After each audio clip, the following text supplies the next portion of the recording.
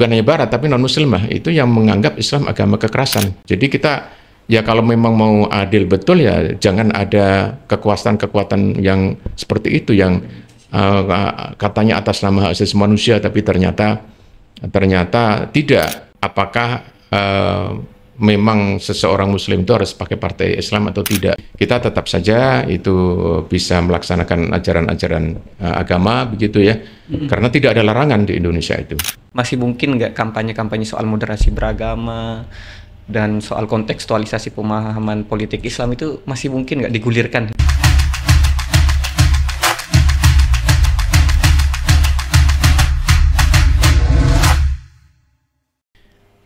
Assalamualaikum warahmatullahi wabarakatuh.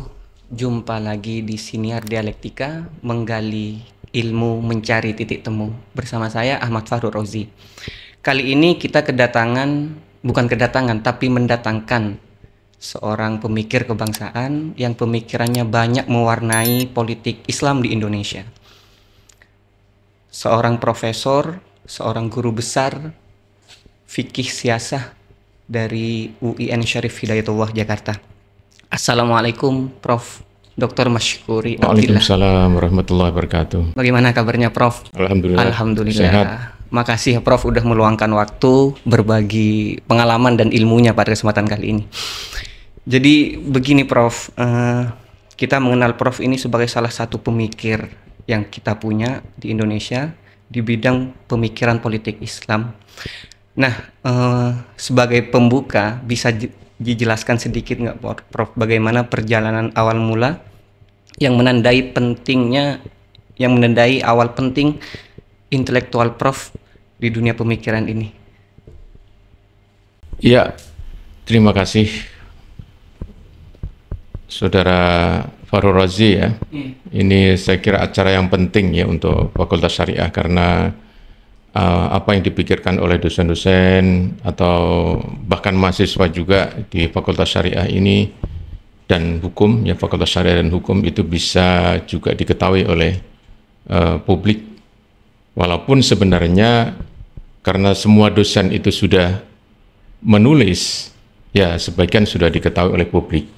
Hanya bedanya adalah hanya kadang-kadang terbatas ya untuk melihat buku-buku itu. Bidang saya memang fikih siasah ya. Tapi sebenarnya awalnya itu saya kalau dilihat dari disertasi skripsi sarjana lengkap saya itu adalah usul fikih. Jadi judul saya adalah pemahaman hukum Islam secara kontekstual. Jadi itu maksudnya adalah bahwa bagaimana kita memahami hukum Islam yang sebenarnya fikih Islam ya, yang dalam konteks masa kini dan dalam konteks Indonesia termasuk juga. Jadi yang kontekstual itu bisa berbagai negara atau berbagai wilayah ya. Nah, itu. Jadi ini sekaligus dulu memang sebagai respon terhadap Menteri Agama waktu itu Pak Munawwar Sadali. Karena beliau kan bukan akademisi ya. Jadi saya merasa terpanggil juga untuk melihat persoalan pembaruan itu dalam konteks akademisi di sini. Kebetulan setahu saya belum ada yang bahas, tapi saya tidak menggunakan istilah pembaruan, tetapi menggunakan kontekstualisasi atau pemahaman hukum secara kontekstual, yang kemudian sering saya pakai juga dengan nama kontekstualisasi ajaran Islam di Indonesia. Nah, itu. Jadi saya basicnya adalah tadinya usul fikih karena saya melihat bahwa untuk memahami fikih secara dinamis dan kontekstual itu harus dirumuskan atau paling tidak kalau ada itu ada revisi ya. Ada revisi atau ada pengembangan, istilah saya pengembangan sebenarnya, pengembangan metodologinya. Dalam ini adalah usul fikih ya. Nah, itu yang kita lihat. Jadi kalau kemudian saya mengambil fikih siasah itu memang ada dua latar belakang itu. Pertama adalah saya dulu ingin memang terfikir untuk mengambil ilmu politik. Tetapi ternyata persyaratannya itu banyak dalam arti saya harus mengikuti sekian banyak mata kuliah. Wah ini belum tentu bisa selesai 5 tahun, itu bisa lama ya. Sehingga saya tetap Islamic Studies tapi dengan minor politik. Ya, jadi ada istilahnya major dan minor itu. Majornya tentang Islam Studies, tetapi minornya adalah ilmu politik. Nah, di situ kemudian saya pakai adalah saya manfaatkan bagaimana kontekstualisasi fikih siasah dalam konteks masa kini. Saya mengambil yang paling dominan di dalam kehidupan negara pada saat itu adalah masalah demokrasi. Sehingga saya membuat disertasi yang berjudul dengan demokrasi, yakni respon intelektual Muslim Indonesia terhadap demokrasi. Nah, itu sejarahnya seperti itu. Nah, karena itu sudah menjadi disertasi, ya kemudian saya mengajukan kepada fakultas bahwa saya mengajar tentang fikih siasah. Kebetulan belum ada pengajar yang murni dari awal adalah fikih siasah, belum ada. Itu pertama sekali ya. Dulu memang ada Pak Sukarjo, tapi awalnya kan bukan fikih siasah. Beliau itu adalah tafsir. Nah, itu jadi karena masih ada kekosongan, saya mengambil seperti itu. Iya, Prof. Menarik sebenarnya. Berarti pada kondisi itu, tadi soal metodologi ya, metodologi tentang pemahaman Al-Quran dalam konteks bernegara. Itu apa yang Prof tawarkan sebenarnya dalam gagasan pemikiran itu, Prof? Apakah memang pada waktu itu pemahaman Al-Quran terlalu diterlak akhirnya, tekstual mungkin ya, Prof? Atau seperti apa sehingga gagasan itu muncul dari Prof? Itu termasuk yang menjadi pemikiran saya. Karena secara internasional itu ada 3 bentuk yang terkait dengan pemahaman kontekstualisasi ajaran Islam. Pertama adalah ada yang memang melakukan suatu pembaharuan, tajdid, tapi tetap berdasarkan metodologi yang ada. Sehingga muncul ada istilah tajdidul fiqh atau tajdidul usulil fiqh. Pembaruan usul fikih, pembaruan fikih. Itu yang pertama. Yang kedua adalah ada kelompok yang sekuler, yang liberal. Jadi tidak perlu ada metodologi usul fikih, ya udah melihat saja ayat-ayat Quran maupun hadis difahami secara hermeneutik, yang itu melahirkan kelompok-kelompok yang kita sebut dengan liberal. Ya, jadi sudah tidak ada lagi acuan apakah ini ayat-ayat atau dalil-dalil qot'i yang sudah pasti atau dalil-dalil dhonni yang itu memang bisa diinterpretasikan, tidak ada. Yang penting kalau menurut dia itu adalah maslahah baik dan kontekstual sesuai dengan alam modern, itu yang dipakai. Itu hermeneutik. Jadi itu seolah-olah memang bisa melakukan suatu kontekstualisasi, tetapi tidak ada batasan. Bisa-bisa orang kemudian masalah yang sudah kot itu ya, waris misalnya, ya udah sama-sama gitu, laki-laki perempuan sama. Atau bahkan sampai pada usaha-usaha untuk bahwa melegalisasi pelacuran, sampai seperti itu. Gambling atau atau dalam bentuk judi itu bisa ditafsirkan sekarang. Jadi karena liberal tidak ada batasannya itu. Nah, ini. Di antara itu ada yang saya sebutkan adalah sebagai suatu kelompok yang progresif ya. Progresif itu biasanya mereka masih melihat turof, peninggalan-peninggalan lama, tetapi tidak terlalu banyak. Jadi tidak literlek menggunakan metodologi yang ada, yang sudah menjadi muktabar, yang dianggap sebagai standar, tidak. Nah, biasanya yang itu masih memang menggabungkan antara modernisme dan turof, dari mu'asharah dan turof ya. Tetapi kelihatan itu ya sayang karena tetap tidak menggunakan metodologi yang standar. Jadi itu juga walaupun tetap mengatakan pemikiran ulama, tetapi tetap saja tidak memberikan satu solusi metodologis. Hanya mengatakan adalah untuk kemanusiaan. Nah, kemanusiaan itu kan bisa subjektif ya, subjektif, kontekstual sesuai dengan kondisi budaya, misalnya seperti itu. Nah, itu jadi seperti itu. Nah, jadi posisi saya di mana begitu kan?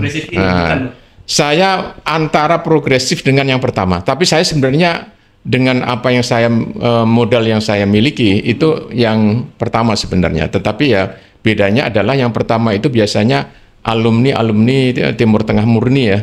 Sedangkan yang kedua itu yang Barat. Jadi saya sebenarnya bukan yang pertama, bukan yang kedua murni, bukan yang ketiga, apalagi ya, pasti tidak itu. Tetapi antara yang pertama dan kedua. Jadi karena saya punya metodologi dua itu, saya belajar di pesantren itu sama dengan yang di Timur Tengah, itu belajar usul fikih misalnya. Kemudian di negara-negara Barat itu saya juga belajar secara kritis kan, mempelajari Islam secara kritis. Ya. Jadi di antar keduanya. Jadi saya tidak bisa misalnya yang kedua itu misalnya Khalid Abdul Fadl, atau itu misalnya adalah Al-Jabiri, misalnya Hasan Hanafi, itu di dua. Tetapi kalau yang pertama kan banyak itu yang ahli-ahli fikih biasanya yang pertama itu. Kemudian yang ketiga itu yang misalnya Syahrur, apakah seperti Syahrur atau Muhammad Rasid yang pertama masih pertama. Jadi Abdu juga masih yang pertama. Tapi dia mendekati yang kedua juga. Jadi mendekati yang kedua. Yang maksudnya yang di tengah tadi. Yang bukan yang kedua tadi kan saya antara ini dan ini ya begitu ya. Jadi yang liberal itu ya ada Syahrur, ada misalnya siapa namanya Abdullah An-Naim misalnya ya. Ada itu. Terus dari pemikiran itu ada hal yang rigid nggak Prof? Yang dirumuskan bagaimana sih seharusnya Al-Quran itu ditafsirkan? Karena kalau pendapat Prof tadi benar ya, karena ada yang sangat liberal ya. Bahkan aktivis feminis Muslim itu Prof, Fatimah. Oh, itu Fatimah Mersi termasuk yang di sini tadi yang liberal tadi. Oh iya, dia kan menafsirkan Al-Quran secara dia. Biasanya mereka tidak mempunyai latar belakang ilmu usul fikih. Jadi mereka tanpa metodologi, hanya menggunakan hermeneutik secara kemanusiaan. Nah, itu aja. Jadi sangat subjektif itu. Nah, jadi sebenarnya saya juga melakukan upaya-upaya mana sebenarnya aspek-aspek usul fikih yang bisa dikembangkan. Itu ada ya Prof? Ada. Rumusan. Kalau kita melihat ada usul fikih itu ada 4 ya.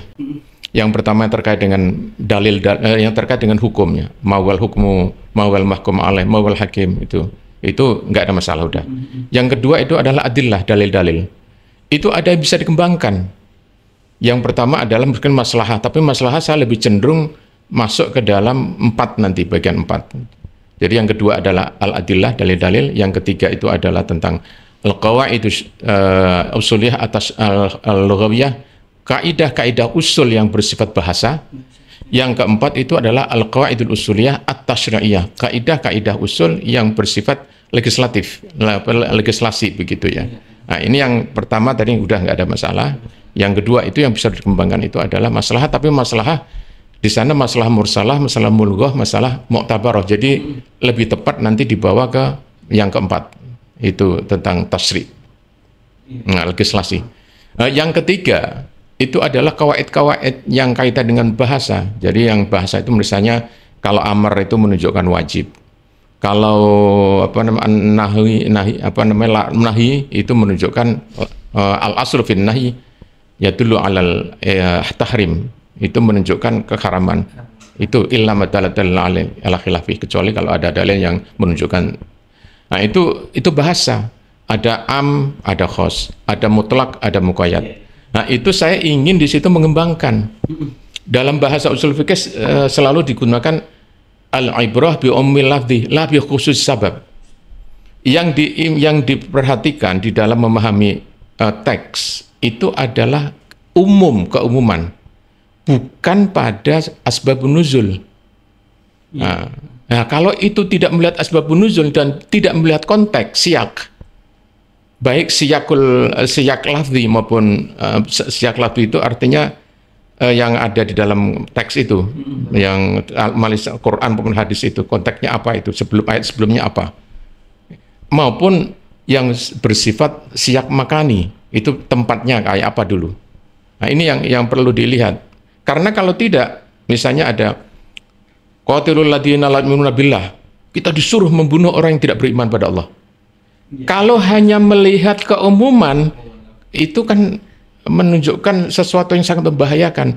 Waqtul musyrikin haitsu wajadtumuhum, bunuhlah waqtulhum haitsu wajadtumuhum, bunuhlah orang-orang musyrik itu di mana engkau menemukan mereka. Itu kan bahaya. Jadi harus melihat konteksnya apa. Konteksnya itu adalah pada waktu itu adalah orang kafir musyrik Mekah yang memang sudah berulang kali melakukan pengkhianatan terhadap perjanjian-perjanjian. Udah kalau gitu sekarang perangi saja semuanya. Pokoknya kalau ada kecuali kalau ilalah dina ahadum. Kecuali kalau mereka bersedia untuk mengambil perjanjian lagi dan mereka mau memenuhi, itu baru diperbolehkan. Jadi itu bukan hanya semata-mata keumuman, tapi juga khususnya apa itu, konteksnya apa, gitu ya. Begitu juga itu. Nah ini belum saya teruskan, ini masih ada lagi. Lanjut. Nah iya masih ada. Ini kan baru 3 kan itu kan. Jadi dari segi bahasa itu, dari al-qawaidul lughawiyah, kaidah-kaidah kebahasaan itu yang paling penting itu adalah memahami teks ayat maupun ayat Al-Qur'an maupun hadis secara kontekstual, melihat konteksnya. Dan kebetulan di Pasca saya mengajar text and context in interpretation gitu ya. Jadi itu perlu sekali. Kalau itu tidak, ya khilafah misalnya, oh dulu ada khilafah, sekarang udah beda, sekarang berarti menyalahi Al-Quran, ya tidak seperti itu. Kita harus lihat konteksnya apa dulu. Ini penting sekali ya konteks ini. Konteks dalam memahami itu, bukan berarti kita menghilangkan pemahaman yang benar gitu ya. Nah, ada yang masalah perempuan misalnya kan, kalau masalah ini konteksnya konteks lafadz ya, jadi misalnya ar-rijalu qawwamun 'alan nisa, bahwa perempuan itu menjadi pemimpin bagi perempuan. Nah, itu lihat konteks ayatnya. Jadi ada konteks yang makani, yang tempatnya, jadi ada siyaqul kalam, konteks pembicaraan sebelumnya. Ayat itu terkait dengan persoalan keluarga. Jadi kalau dalam keluarga dimanapun itu yang namanya perempuan tetap, laki-laki tetap sebagai pemimpin. Tetapi kalau di luar keluarga, boleh perempuan menjadi presiden, boleh menjadi gubernur dan seterusnya. Ini yang kita lakukan, dan ini sejalan juga tentang persoalan-persoalan kontemporer, misalnya demokrasi, hak asasi manusia kan. Walaupun kita tidak bisa menyamakan, dan kalau kita lihat kenapa nggak sama? Karena ada kewajiban-kewajibannya berbeda. Kewajiban laki-laki memberikan nafkah, perempuan tidak. Dimanapun di dunia yang beradab, termasuk di negara barat, itu tetap pihak laki-laki yang memberikan nafkah, termasuk perubahan nama keluarga juga pada laki-laki gitu. Kalau gini Prof, itu sangat menarik sebenarnya. Ada salah satu, kira-kira benar nggak kalau tafsir progresif yang menyebut seperti ini? Ini salah satunya, termasuk juga Aksin Wijaya salah satunya ya, menafsirkan qawwamuna 'alan nisa itu berdasarkan bukan status kelamin, tapi gender Prof. Jadi qawwamuna itu ar-rijalu itu adalah maskulin, sedangkan an-nisa itu adalah feminim. Jadi siapa kuat misalnya kalau misalnya gendernya seorang perempuan mendekati sifat kemaskulinan, itu bisa aja tafsirnya seperti itu. Kalau seperti itu kira-kira masih dalam batas tafsir yang kontekstual tadi? Ya, tapi rujukannya apa kan nggak jelas. Iya Bro. Kita mesti ada kerangkanya itu. Kalau saya kan kerangkanya tadi konteksnya apa? Itu adalah keluarga, dan yang namanya keluarga sampai sekarang pun itu masih tetap yang garis laki-laki itu, walaupun di negara barat tetap namanya, bahkan perempuan itu diganti dengan nama family name laki-laki, masih tetap kan. Jadi tetap itu. Iya. Jadi kita ketika ada mengambil satu hukum baru misalnya, atau pemikiran baru, itu ada landasan yang dibenarkan secara metodologis, bukan hanya semata-mata rasional, tapi juga secara metodologis. Ya, persoalan liberal itu kan orang-orang itu nggak jelas metodologinya. Pokoknya yang rasional, yang sesuai dengan modern, yang menghargai hak asasi manusia, ya itu kan nggak ada rambu-rambu. Kita harus ada rambu-rambunya itu. Kemaslahatan itu rambu-rambunya juga ada kan, dan itu sudah ditulis. Ya. Yang satu lagi mestinya masih ada itu tadi. Lanjutkan. Ya. Yang satu lagi itu adalah al-qawaidul usuliyah at-tasyri'iyah. Jadi kaidah-kaidah fikih, usul fikih yang terkait dengan legislasinya, istimbatnya. Jadi itu ada beberapa kaidah yang masih berlaku. Pertama adalah yang perlu kita pegang itu adalah la masaghul al-istihad fima fi nassun sharihun qat'iyun. Tidak ada istihad dalam hal-hal yang sudah jelas di sana ada nas yang sharih dan qat'i. Itu tidak ada.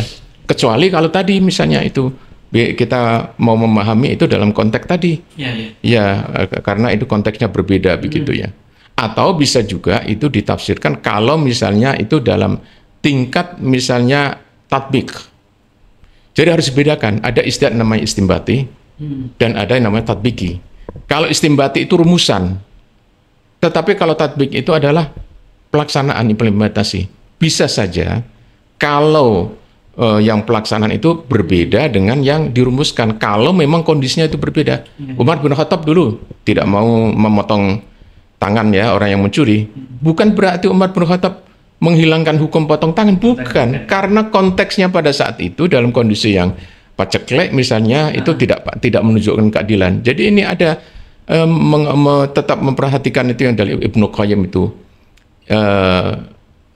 inna syari'atal mabnaha wa asasaha mabna wa asasaha alal hikami wa ya'adlun kulluha rahmatun kulluha hikmatun kulluha. Jadi pada dasarnya itu adalah ada keadilan, ada kebijakan gitu ya, kan ada rasa kasih sayang. Jadi itu memang rujukan menjadi aturan, tetapi tetap saja di-compare dengan apakah itu nas yang qot'i atau dhoni. Kalau qot'i tadi sekali lagi itu bisa ditafsirkan kalau itu memang menunjukkan keadilan, seperti termasuk juga orang yang waris. Kasus-kasus tertentu menunjukkan orang laki-laki misalnya, karena saya sudah cukup, lebih baik bagian saya bagi rata saja dengan yang perempuan. Itu boleh, bukan berarti menyalahi aturan Islam. Ya itu kan menunjukkan keadilan. Menurut saya lebih adil kalau karena saya sudah mampu, saya lebih adil kalau bagian saya sama dengan itu. Nah itu yang dari situ. Tapi yang lain juga itu maqasid syariah. Maqasid syariah itu bahkan menjadi acuan utama oleh para fuqaha ya. Para fuqaha yang sekarang yang mengembangkan itu. Jadi oleh karena itu ada fiqhul maqasid sampai dibuat begitu. Jadi tahqiq masalihin nas wa taf'idz dharari anhum. Jadi untuk mewujudkan kemaslahatan umat manusia dan menghilangkan hal-hal yang merusaknya. Tapi tetap saja harus di cross ya dengan tadi nas qot'i dan dhoni, kemudian apakah itu konteksnya kayak apa begitu ya. Nah, ini yang hanya mengembangkan di situ saja sebenarnya itu sudah bisa. Termasuk ketika saya membahas tentang hak asasi manusia. Jadi hak asasi manusia yang saya rumuskan misalnya itu ya tidak sama dengan liberal. Kalau liberal apa gunanya Islam? Ya udah nggak usah lah menggunakan nama Islam aja. Liberal aja gitu. Ya liberal aja kan, misalnya kan Syahrur begitu. Pokoknya konteksnya. Kalau konteksnya seperti ini ya udah. Ya kalau gitu nggak usah menggunakan agama, nggak apa-apa begitu. Daripada menggunakan ditarik-tarik seperti itu yang tidak ada yang tidak ada metodologinya. Nah, itu ya. Iya Prof, baik. Intinya Prof menawarkan adanya metodologi kontekstualisasi tadi ya Prof, dalam memahami ini. Pada waktu itu atau sampai sekarang Prof, bagaimana sih hal-hal seperti itu, pemahaman terhadap Al-Quran itu dijalankan di Indonesia, misalnya kalau pengamatan Prof ini, karena mungkin dari tadi udah pembahasannya berat-berat sekali nih Prof. Itu bagaimana Prof menilai tentang pemahaman Al-Quran di Indonesia misalnya secara umum misalnya, apakah masih bersifat tekstual atau sudah bergeser ke tekstual? Sebenarnya ya bisa dibagi dua lah ya. Memang ada pihak-pihak yang memang masih tidak beranjak begitu ya. Jadi saat ini dia masih melihat misalnya kalau namanya non Muslim itu adalah kafir. Ya. Kafir itu adalah harbi, ada dhimmi, ada musta'man atau musta'min ya, musta'min itu. Nah, itu sudah nggak dipakai, nggak relevan karena konteksnya berbeda. Nah, saya tidak pakai begitu. Jadi kalau sekarang itu ada yang namanya fikih tentang kewarganegaraan. Ya, fikih kewarganegaraan itu berbeda dengan pada masa lalu karena memang kondisinya berbeda. Kondisi pada masa lalu termasuk di masa ulama itu. Itu kan memang secara strict ya, ini muslim, ini non muslim. Antara muslim dan muslim itu tidak bisa itu nggak bisa hidup dalam satu sistem yang yang betul-betul seperti sekarang itu ya. Dulu tetap saja ada perbedaan-perbedaan begitu ya. Walaupun kalau di dalam sejarah Islam itu diakui bahwa pemerintahan Islam itu sangat menghargai minoritas dibanding yang lain. Dibanding lain itu panjang kalau kita sebut sejarahnya. Itu saya kebetulan kan sedang mengembangkan juga ada fikul muwatanah namanya. Ya, fikul muwatanah itu adalah fikih tentang kewarganegaraan yang itu harus ada ijtihad. tanpa melihat, tanpa meninggalkan metodologi tadi. Karena kondisinya udah berbeda, sekarang tidak. Sekarang yang al-muwatin saja itu adalah sebagai citizen, sebagai warga. Warga yang memang tidak dibeda-bedakan hak dan kewajibannya. Jadi kalau kita melihat semua yang negara-negara yang ada sekarang itu di dalam konstitusi, mereka mengatakan al-musawah bainal muwatinin, ada persamaan di antara warga negara. Kalau dulu kan tidak, dulu kan beda kan. Ada namanya kafir harbi, ada dhimmi, ada mustakman, ada mustakmin ya, ada muahid, muahad. Nah, itu nggak relevan lagi. Tetapi sekarang masih banyak itu di buku-buku atau kitab-kitab atau kiai-kiai yang masih menggunakan itu kan itu. Ya saya mengatakan sebagai referensi historis ya itu bisa saja, tetapi itu tidak untuk diterapkan itu. Kita harus ada membuat seperti itu. Ini dalam hubungannya dengan hak asasi manusia. Iya, hak asasi manusia. Dan yang kedua adalah kaitan dengan nation state. Dulu kan tidak ada nation state. Dulu ada Darul Islam, Darul Harbi. Ya kan begitu. Sekarang tidak. Sekarang itu adalah nation state. Apa nation state namanya bahasa negara bangsa. Negara. Jadi ad-daulah al-wataniyah. Jadi ada dalam bahasa Arab itu ad-daulah al-qaumiyah dan ad-daulah al-wataniyah. Kadang-kadang dipergunakan secara bergantian, tetapi sebenarnya sedikit ada perbedaan. Mungkin saya tidak terlalu jauh seperti itu ya. Nah itu. Jadi itu mengharapkan kita memang ada memahami persoalan-persoalan itu ya. Tetapi tetap berdasarkan metodologi yang dibenarkan gitu ya. Jadi itu tidak menimbulkan masalah. Tapi kalau kita memberikan suatu pembaharuan tanpa cantolan metodologi, ya udah dia nggak ngerti usul fikih. Semua itu kan yang terkait dengan fikih, dan kebetulan memang banyak orang-orang yang tidak mendalami usul fikih ya, para pemikir itu, para pemikir. Kebetulan saya memang orang syariah. Jadi suatu ketika bedah buku saya yang Islam sebagai agama kedamaian itu juga ada yang mengkritik, ini kok orientasi fikih. Ya kalau namanya masalah afal mukallafin itu kan ada yang i'tiqadiyah. Ada yang bersifat keyakinan, ada yang bersifat af'aliyah, fi'liyah ya. Kalau namanya fi'liyah semuanya terkait dengan fikih. Ya kalau itu ada rujukan fikih. Tapi mana coba hal-hal yang memang itu dianggap itu sangat bertentangan dengan hak asasi manusia. Kita tunjukkan bahwa ada perbedaan-perbedaan. Tapi perbedaan seperti itu kan bukan hanya di kita dengan orang barat. Di antara negara-negara barat pun itu di antara mereka juga ada perbedaan-perbedaan tentang konsep kebebasan misalnya itu. Tetap aja antara Amerika dengan Perancis dengan Jerman tetap ada beda. Tetap ada perbedaan-perbedaan. Nah, ini ada. Jadi tidak selalu sama ya. Jadi kalau kita misalnya berbeda dengan konteks atau konsep barat yang dianggap itu konsep hak asasi manusia universal. Jadi kita tidak bisa mengatakan universal sebenarnya karena itu barat kan yang dikatakan universal itu. Ya, saya mengatakan Western concept of human right misalnya itu. Itu yang seperti itu. Ya, Prof. Intinya mempertemukan antara yang puritan teks dengan yang sangat progresif ya dalam menafsirkan Al-Qur'an itu, Prof. Baik, kalau tadi kan mau mengembangkan tentang itu ya, Prof, tentang fikih berkewarganegaraan itu ya, Prof. Sudah saya tulis. Saya sudah tulis. Jadi saya sedang menulis tinggal 2 judul yang terkait dengan fikih siasa kontemporer. Iya. Yang itu merujuk kepada ini adalah barat, ini adalah pemikiran para ulama pada masa lalu. Kita mengambil yang sekarang itu ada berdasarkan Quran, berdasarkan hadis.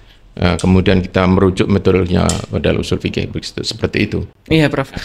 Iya, salah satu isu sebenarnya yang pengen kami dari redaksi ini tanyakan ya, Prof, terkait soal tentang paham keagamaan ya, Prof. Tapi dalam konteks Islam wasatiyah, karena Prof juga termasuk salah satu pemikir ya yang mengkampanyekan tentang moderasi beragama salah satunya. Kalau dilihat dari buku-bukunya itu kan ya, Prof.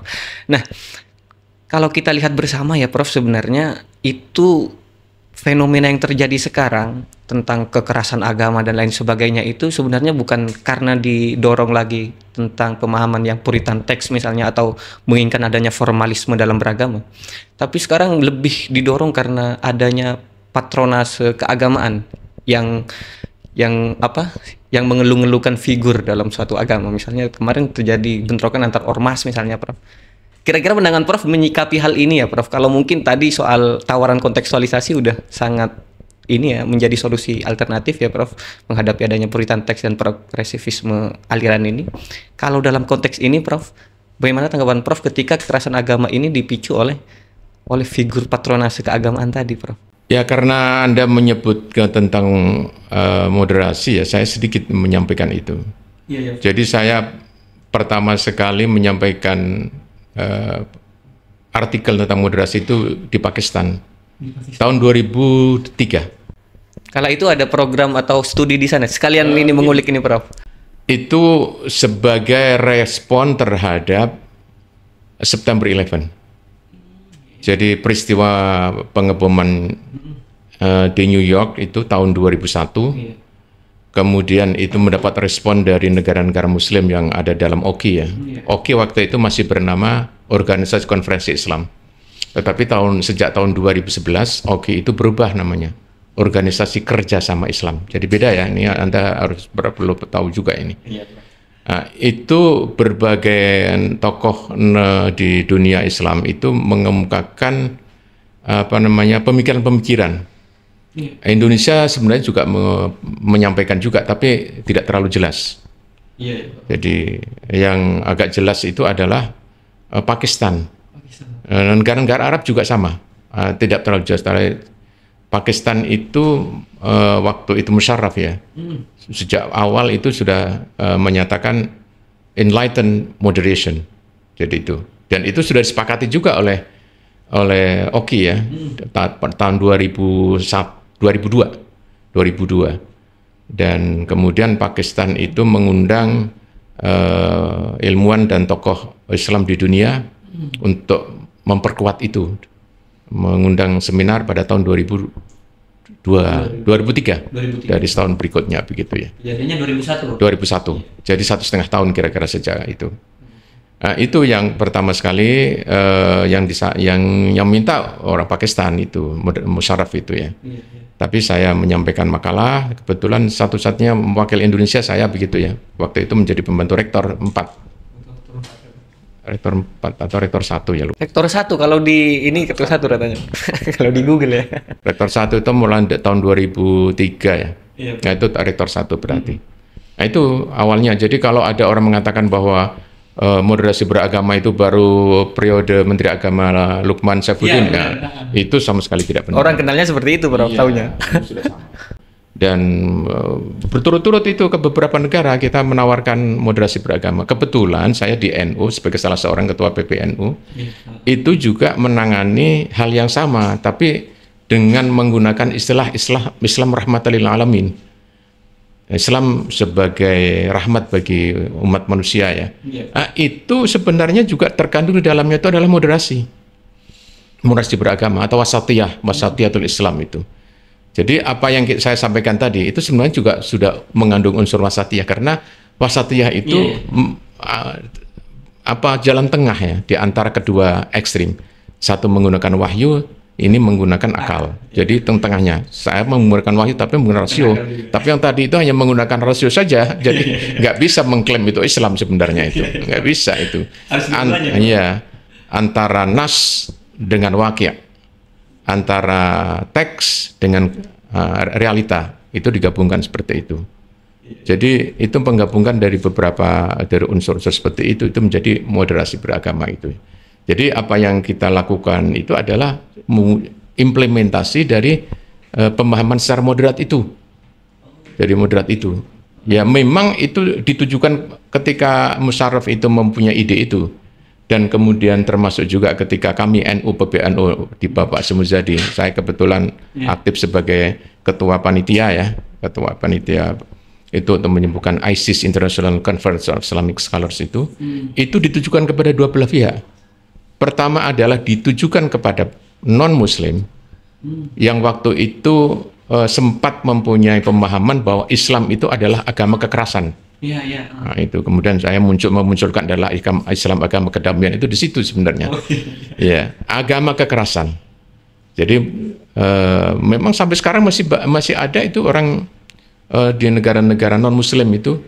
Iya, iya. Bukan hanya Barat, tapi non-Muslim itu yang menganggap Islam agama kekerasan. Mungkin itu yang Islamofobia dari situ ya, Prof? Iya, itu Islamofobia dari situ.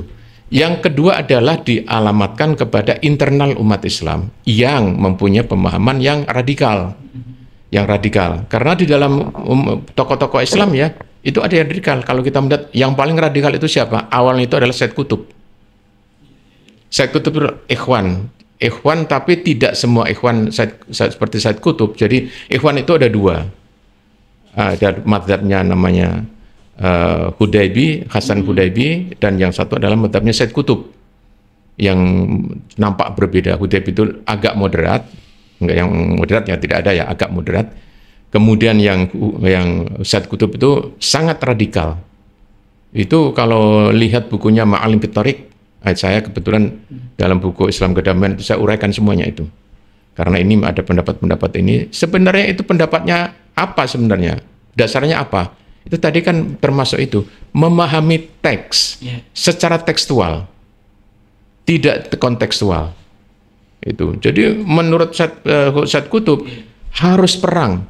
Dan perang itu merupakan suatu tindakan yang ofensif. Dalam bahasa Arab adalah ad-difa'i.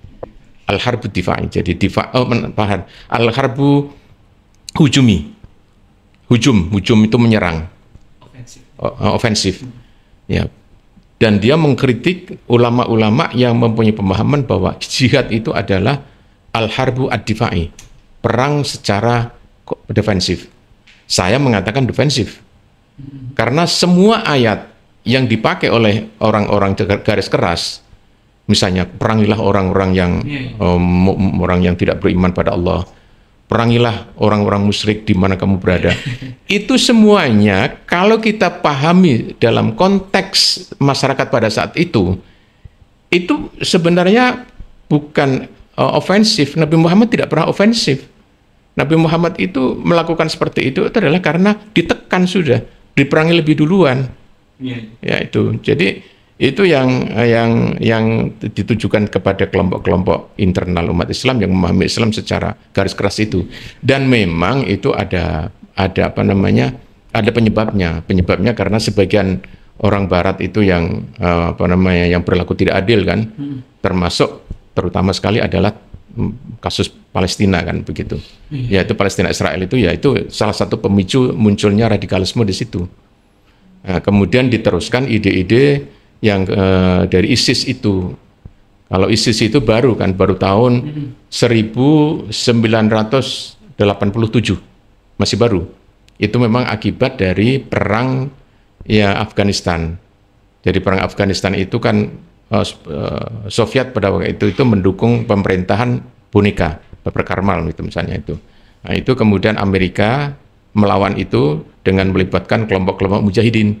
Jadi memang betul orang-orang mujahidin yang waktu itu perang itu dibantu oleh Amerika, diberikan biaya, diberikan dana, diberikan pelatihan, diberikan alat-alat militer itu. Itu memang benar pada waktu itu. Tapi setelah selesai mereka itu dibiarkan begitu. Nah, sehingga itu muncul mereka itu marah dengan pimpinan yang bernama Abdullah Azzam. Itu membuat namanya Al-Qaeda, melawan Barat. Jadi namanya global jihad. Ya, global jihad itu dimanapun itu melawan Barat. Nah, itu memang, itu kebetulan Abdullah bin Azzam itu dia punya latar belakang pemahaman atau ideologi dua. Dia adalah orang pendukung atau pengagum Said Qutb secara politis ya, dia kan lebih politis. Secara akidah dia adalah orang Salafi Wahabi. Ya, jadi dua hal yang radikal itu menjadi satu. Itu ada di Al-Qaeda itu.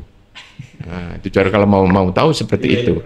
Memang ada itu, dan orang-orang yang menganggap bahwa sekarang itu bahwa orang Muslim itu hina, dianggap hina karena negara-negara Barat itu banyak melecehkan juga, paling tidak di Palestina, di Irak, di Iran juga itu latar belakangnya seperti itu. Jadi kita ya kalau memang mau adil betul ya jangan ada kekuatan-kekuatan yang seperti itu yang katanya atas nama hak asasi manusia tapi ternyata tidak. Kalau memang kalau orang lain ya nggak apa-apa di apa namanya dibunuh, ditekan nggak apa-apa. Seperti kasus ini kan masih banyak orang-orang di Barat itu yang masih mendukung Israel kan. Udah jelas-jelas itu genocide itu. Nah, di situ. Oleh karena itu kemudian kewajiban kita adalah tadi kita harus memahami Al-Quran tadi jangan harfiah, tetapi wasatiyah itu tadi. Konteksnya apa dulu? Dari konteksnya pada saat ini sudah berbeda. Kecuali kalau memang diserang kemudian melawan kayak Hamas misalnya itu. Nah, itu kan hal yang wajar kan karena dia adalah mempertahankan diri. Itu adalah defense, itu adalah difa. Ya Prof, baik Prof. Ternyata sampai sekarang itu soal moderasi beragama sampai digulirkan sampai sekarang, dan kita tahunya pada tahun 2018 ketika dikenalkan oleh Menteri Agama waktu itu. Ternyata udah sejak tahun 2003 itu digulirkan ya Prof. Hanya itu ada menurut saya perlu ada perbaikan ya. Moderasi beragama sekarang. Moderasi beragama itu tidak diterima oleh kelompok Islam garis keras atau kelompok Islam yang agak garis kerasnya tidak menerima. Karena kebetulan rumusannya itu yang merumuskan orang-orang yang tidak paham Islam tidak paham ajaran-ajaran Islam, tidak menguasai ajaran Islam. Itu teman-teman yang memang rujukannya adalah rujukan Barat. Jadi kalau itu diperbaiki, disempurnakan, harus imbang tadi.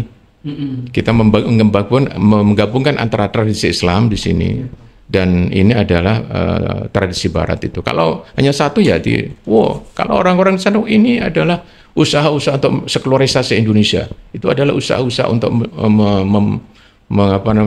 merendahkan orang Islam, membatasi itu. Di kelompok-kelompok garis kan seperti itu kan, karena menggunakan istilah-istilah yang memang tidak yang mereka pahami gitu. Jadi mestinya kita menggunakan istilah Arab. Ini dalam konteks Arabnya ini Qurannya ini hadisnya ini, pendapat ulama ini fikihnya, qawaid fikihnya ini kaidah fikih usulnya ini. Nah, itu akan lebih bagus kalau seperti itu. Iya, rasanya wacana soal gagasan tentang moderasi beragama sampai sekarang belum hilang, Prof. Termasuk juga tentang kekerasan beragama. Saya kira mungkin nggak, Prof. Ini terakhir ini, Prof. Ya, karena udah banyak berbincang tadi soal pemikiran dari Prof. Gagasannya cukup luar biasa. Ini dalam konteks sekarang ini, di tengah kekerasan beragama, mungkin nggak kampanye tentang soal moderasi beragama ini digulirkan kembali di tengah kondisi nih dalam politik Islam ya, Prof. Partai-partai Islam justru udah mengalami tren penurunan, justru kampanyenya berkurang gitu, Prof. Artinya kampanye tentang moderasi beragama, identitas politik dan lain sebagainya, udah tentang politik gagasan udah menjadi kampanye yang tidak laku sekarang, Prof. Nah, ini masih mungkin nggak, Prof, digulirkan dalam sistem politik Islam Indonesia kita saat ini gitu? Ini ada dua hal yang perlu saya klarifikasi ya. Yang pertama adalah kaitan dengan persoalan kerukunan tadi yang sudah disebut-sebut tadi ya. Jadi harmoni, kebebasan beragama begitu ya. Memang ada persoalan. Ada persoalan. Bukan hanya di Indonesia, di seluruh dunia. Kalau namanya negara demokrasi, itu ada persoalan. Kecuali kalau negara yang otoriter. Karena negara otoriter pokoknya apa yang itu menjadi keputusan pemerintah nggak boleh diganggu-gugat. Kalau itu negara yang menghargai demokrasi ada. Di negara-negara Barat semuanya ada. Bahkan saya kalau diwawancarai oleh kelompok-kelompok yang Human Rights Watch, itu saya katakan, saya ini mengatakan Indonesia jauh lebih bagus daripada di Barat. Saya pernah tinggal di negara Eropa dan saya pernah tinggal di Amerika. Ya, saya bilang begitu. S3-nya Prof di Amerika apa Jerman? Di Jerman kan saya postdoc juga dan mengajar juga di Amerika kan itu. Jadi saya tahu dan saya menekuni bidang itu. Itu Indonesia jauh lebih bagus gitu. Kecuali dalam satu hal, kalau di sana itu kan semua aliran itu kalau memang tidak bertentangan dengan hukum kan diperbolehkan. Nah, di Indonesia kan ada batasan-batasan kalau aliran menyimpang itu aja. Tapi itu disesuaikan dengan kondisi di Indonesia bahwa kebebasan itu bisa dibatasi kalau itu untuk keperluan ketertiban. Itu ada pasal 29J di dalam Konstitusi Indonesia. Dan itu juga dibenarkan menurut ICCPR. ICCPR itu adalah merupakan apa namanya International Covenant on Civil and Political Rights. Itu tahun 66. Itu membahas tentang kebebasan apa namanya hak-hak dan kebebasan masyarakat ya, kebebasan sipil itu termasuk agama di sana itu diperbolehkan membatasi ya nggak ada masalah, itu sering dipersoalkan juga. Nah, yang kedua adalah yang terkait dengan persoalan rumah ibadah. Ya, rumah ibadah. Saya katakan jumlah rumah ibadah untuk Kristen di Indonesia itu nomor 3 di dunia.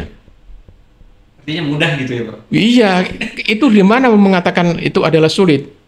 Nomor 3 di dunia, walaupun jumlahnya itu adalah kalau sekarang sekitar 28 ya, 28-29 juta. Tetapi jumlah gerejanya itu Kristen Katolik itu adalah 71.000. Nomor 3, yang pertama adalah Amerika, sekitar 300. Yang kedua adalah Brazil, itu yang ketiga 150.000 ya. Amerika tadi sekitar 300.000. Indonesia 71.000 nomor 3. Ya, iya, walaupun jumlahnya hanya 28, sekitar 28-29 juta tadi. Dibandingkan dengan misalnya Filipina itu kan jumlahnya sekitar 70 juta. Tapi jumlah gereja itu sekitar 55 sampai 60.000. Jadi lebih sedikit di sana itu.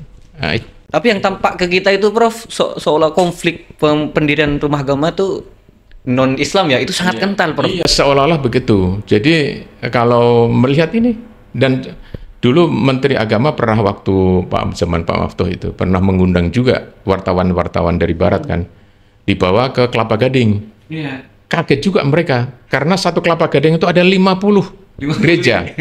Ya, di Jakarta itu ada 1.000 lebih sekarang ya, 1.000 lebih gereja. Bagaimana dikatakan sulit?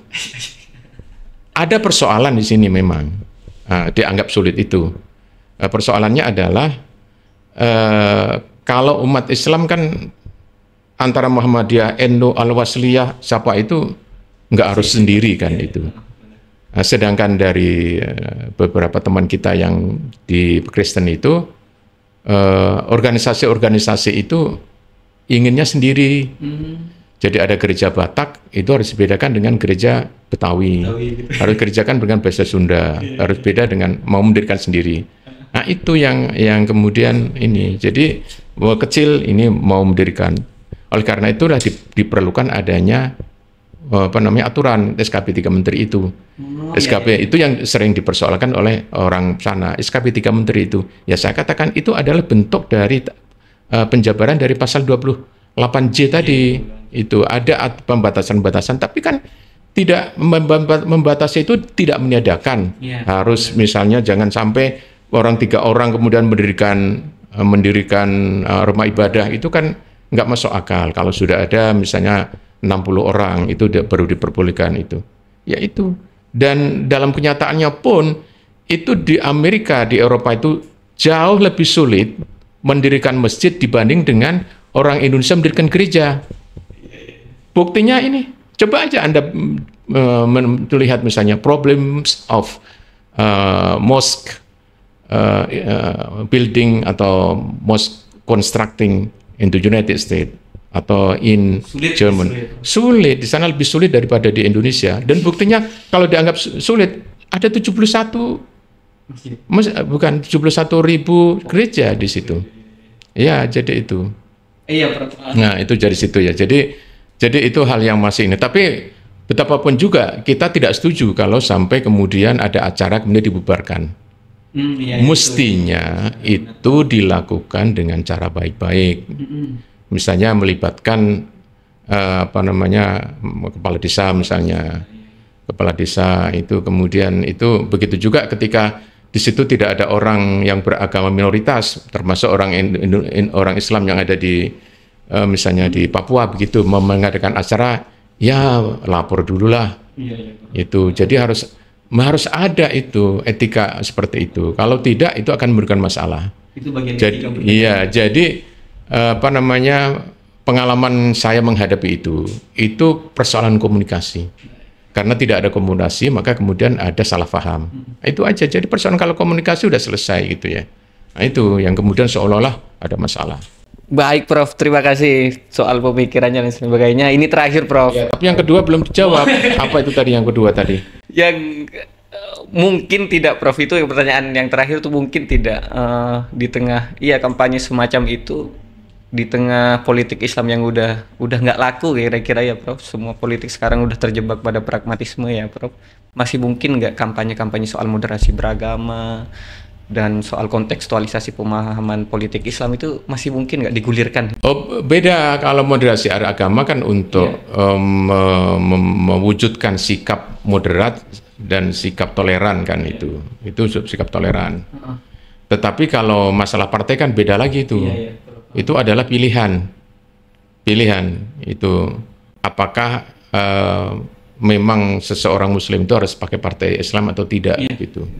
Nah ini memang yang saling menjadi pertanyaan karena memang ada juga perubahan-perubahan di dalam dakwah juga. Orang-orang tertentu mengatakan bahwa dakwah Islam itu harus ada politiknya.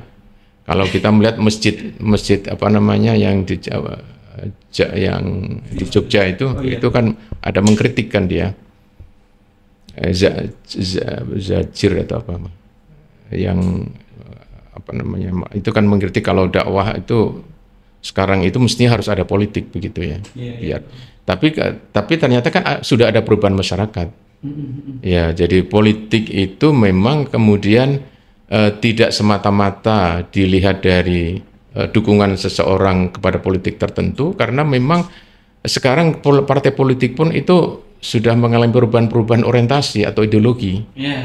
Jadi sekarang lebih nampak pragmatismenya, sehingga ya sama aja antara partai politik dengan partai yang non politik itu.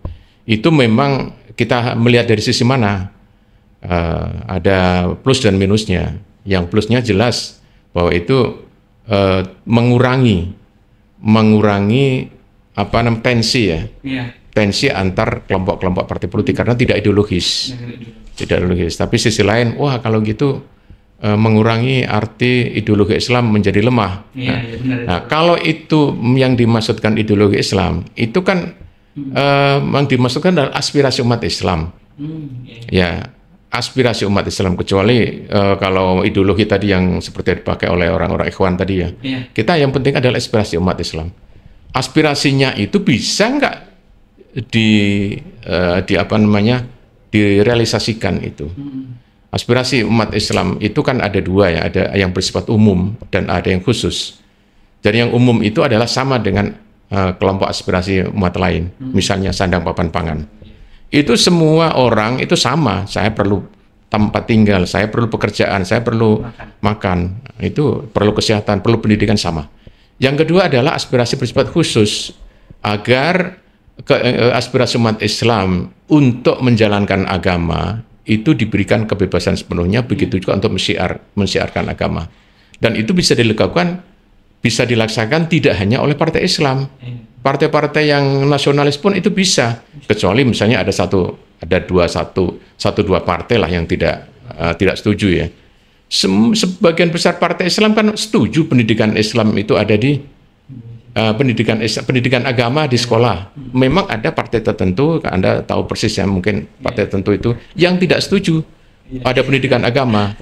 Nah, itu biasanya saya sampaikan, bagaimana Anda tidak setuju? Sebagian besar atau hampir semua, kecuali Perancis ya, di Eropa itu ada pendidikan agama. Dulu ketika itu ada perdebatan juga, saya ikut juga, karena waktu ada pendidikan apa namanya undang-undang RUU Pendidikan Nasional, itu kan ada orang yang menolak, ada partai juga yang menolak bahwa pendidikan agama tidak perlu di sekolah. Itu cukup oleh masyarakat, oleh warga saja, oleh keluarga saja. Nah, Anda melihat negara modern hanya menurut persepsi Anda, saya bilang. Di Eropa sampai sekarang selain Prancis, itu ada pendidikan agama. tapi pendidikan agama Kristen. Bahkan di sana tidak ada pendidikan Islam. Nah ini satu lagi. Untuk yang tadi bahwa Indonesia lebih bagus karena pendidikan agama di Indonesia itu tidak hanya mayoritas, tetapi semua agama di Indonesia. Coba di Jerman, di Prancis, di Inggris, tidak ada. Tidak ada. Memang ada percobaan di Jerman itu, ada percobaan ya pendidikan agama Islam di beberapa sekolah yang mayoritasnya anak-anak Islam itu. Itu tapi secara umum kan tidak. Jadi ini gimana Anda mengatakan bahwa toleransi di Indonesia itu rendah, Barat adalah tinggi. Kenyataannya seperti itu. Di Indonesia tidak ada kristofobia. Orang fobia itu tidak ada. Di sana banyak Islamofobia. Bagaimana mengatakan? Jadi ketika disampaikan seperti itu, ya itu aja. Iya, jadi begitu. Jadi Anda harus melihat secara jujur, jangan melihat ini secara HAM tidak boleh ada pembatasan, orang yang punya keinginan harus dilaksanakan. Itu hanya seperti itu. Coba Anda lihat di berbagai jawabannya paling ya kami juga mengkritik bukan hanya di Indonesia, tapi kami mengkritik juga di negara-negara Eropa dan Amerika begitu. Nah, gitu. Jadi kalau dalam perspektif ini saya yakin bahwa Indonesia adalah yang paling bagus ya untuk toleransi begitu. Kecuali dalam satu tadi masalah pembatasan aliran apa namanya? Aliran kita merupakan aliran asal sesat itu. Kita ada pembatasan, kalau mereka kan tidak ada. Nggak ada itu. Baik Prof, itu mungkin terakhir ya Prof. Pesan Prof terakhir buat para penonton, terutama Gen Z nih, agar nggak salah paham berislam dalam konteks keindonesiaan ya Prof. Pesan aja Prof. Gen Z semacam seperti kita ini Prof. Iya, kita satu sisi memang ada dua katakanlah. Kalau dalam ibadah kan tidak ada perubahan. Iya, Prof. Jadi tetap ya, karena itu juga mempengaruhi, modernisasi itu juga mempengaruhi karena ada rasionalisasi, kemudian mempengaruhi orang sekuler ya, orang paling tidak beragama atau kurang beragama. Dan itu bukan hanya terjadi di Indonesia, terjadi di negara-negara Arab juga sama itu pelaksanaan. Bahkan dalam kaitan dengan penyelaksanaan agama, Indonesia itu masih cukup lumayan ya. Kalau dari segi apa namanya, itu kan ada dua ya, ada apa namanya, ada penelitian-penelitian yang dilakukan oleh peer review itu pernah Indonesia nomor 1, tapi kemudian Indonesia nomor 4. Nomor 1 itu dalam arti ekspresinya, jadi kami betul-betul percaya ketika. Tapi yang kedua adalah dari sisi tingkat ibadahnya, karena Indonesia kan tidak semuanya beribadah, sehingga nomornya nomor 4 itu masih kalah dengan orang-orang di apa namanya di beberapa negara termasuk negara Afrika itu yang punya setiap hari harus ibadah. Di Indonesia kan masih ada bolong-bolongnya banyak juga kan. Kalau kita melihat sholat Jumat misalnya kan ada orang yang lalu layang juga di luar itu. Tapi barusan saya lihat di ini Prof, di rilis media nomor 1 Indonesia Prof, paling kenceng doanya katanya Prof. Iya, itu ada dua perspektifnya. Perspektif bahwa ketika ditanyakan, kami semuanya mendahulukan agama. Semua keputusan kami pertimbangkan agama, itu nomor 1. Tapi dari segi seberapa jauh Anda melaksanakan ibadah, apakah tetap, itu Indonesia nomor 4. Jadi itu sama dengan Indonesia dari segi apa namanya kedermawanan, itu menjadi nomor 1. Beberapa 7 tahun ya menjadi nomor 1 terus. Karena yang dilihat adalah seberapa sering orang itu berderma. Itu nomor 1 Indonesia, sampai sekarang nomor 1. Tapi ada penelitian lain yang melihat perbandingan antara pendapatan seseorang dengan yang dikeluarkan untuk apa namanya, untuk berapa persen itu yang untuk derma itu. Di Indonesia menempati nomor 6 itu. Ya, jadi yang Mesir termasuk nomor 1 itu ya, nomor 2 atau nomor 1 itu. Karena kita masih sedikit kan, kalau iya mungkin ya 1.000, 2.000, 5.000 kan dari segi hitungannya sering kan, tapi dari segi jumlahnya kan tidak banyak. Nah itu jadi ada dua kategori ya, dari kedua keseringannya, yang kedua adalah dari segi nominalnya berapa persen begitu.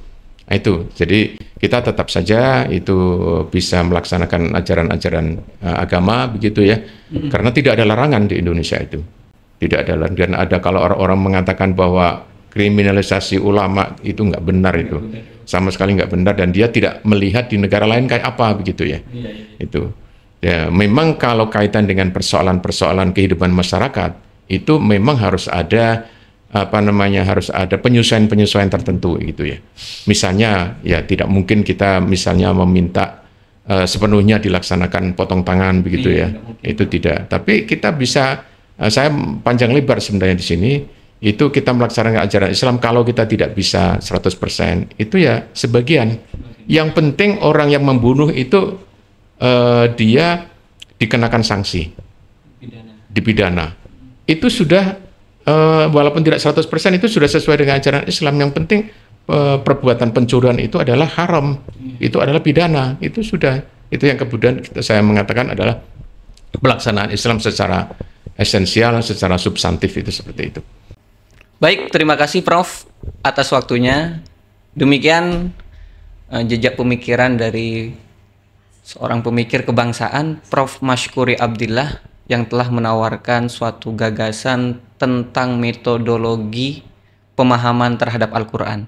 Sehingga dalam konteks beragama di Indonesia, kita tidak terlalu cenderung tekstual dalam memahami Al-Quran, puritanisme teks, dan tidak terlalu liberal, artinya progresif di dalam memahami ayat-ayat Al-Quran. Demikian bahasan kita pada kesempatan kali ini. Selebihnya kita jumpa lagi di edisi selanjutnya. Saya Ahmad Farul Rozi, mohon undur diri. Jangan lupa like, komen, dan subscribe. Demikian, Assalamualaikum warahmatullahi wabarakatuh.